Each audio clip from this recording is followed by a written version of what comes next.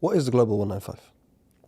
So as we progressed and we saw that our evidence was being used successfully in places like by people like the South African legal team, by the ICC.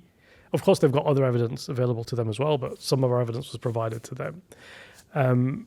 We saw that our evidence was formulating complaints domestically against British ministers and individuals here. Then we saw an amazing breakthrough in that the ICC issued arrest warrants. Great, it was amazing. Then we saw the sanctions.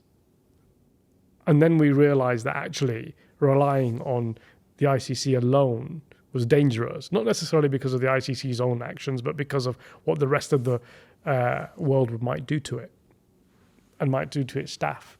And so we decided that we had an obligation, because we'd collected this evidence. And by the way, this evidence is heartbreaking. It's heartbreaking if you sit and read it and look at it. We had an obligation to the people that were brave enough to speak to us, that risked their lives in going in and out of Gaza to give medical aid, and then had given us their testimony. We had an obligation to these people to not just collect evidence and stick it in some sort of archive for future generations to look at and read and say, oh yeah, it was really bad, wasn't it? But nobody did anything about it. And we wanted that obligation of ours to mean that the brave step that these witnesses had taken and these victims had taken would result in some sort of action. And we've talked a lot about, in this discussion that we've had, about the futility of international law, the dysfunction of the international law.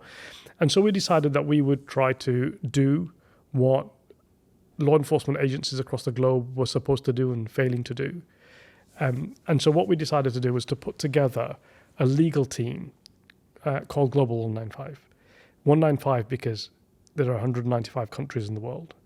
And our objective is to have a legal team alive and active in every single country in the world, including in Israel, including in Palestine. And for those legal teams to receive our evidence along with criminal complaints about the general systematic policy-based war crimes alleged against Israel, so that those law enforcement agencies can take up that complaint and prosecute anybody from Netanyahu and the political class through to the military class down to individual IDF soldiers. That's step one.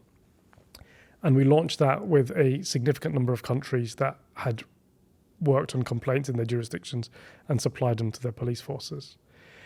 And then the second aspect of this is that because of political pressure, and we talked about the political pressure in terms of politicians and where they are, we would take the law into our own hands. And what that means is that where we could, and you can't do this in every jurisdiction, but you can in many, we would apply for private arrest warrants for individuals that we have identified as committing war crimes, crimes against humanity, or potentially acts of genocide in Gaza and potentially now the West Bank too. And what that means is that we prepare a case, we go to a magistrate's court, we ask for an arrest warrant. That arrest warrant translates into an obligation for a police agency or a police force to arrest that individual. And then we will prosecute them if the state fails to prosecute them. And that network of civilian-based civil society, non-governmental organizations, individual lawyers across the globe presents a different track to the institutional failures that we're seeing. Not necessarily because the institutions are failing, but because of the pressure being put on them to provide accountability. And your next question, will it work? Yes, it will work. It worked in 2009 against Tzipi Livni. I will tell you this. My discussions with the states that I've had, there are some states that want to have their place in history in the right way. Not on the right side, in the right way.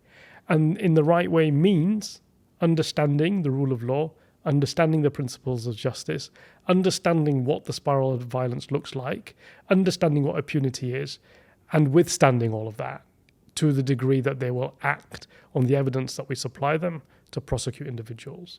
And so in ICJP now we have an intelligence unit that gathers information about individuals that may have engaged in war crimes from the top to the very bottom in terms of rank. They collate evidence of allegations, puts that to our legal team, and our legal team drafts complaints and potential arrest warrant applications, and that then will translate into, hopefully at some point, a prosecution.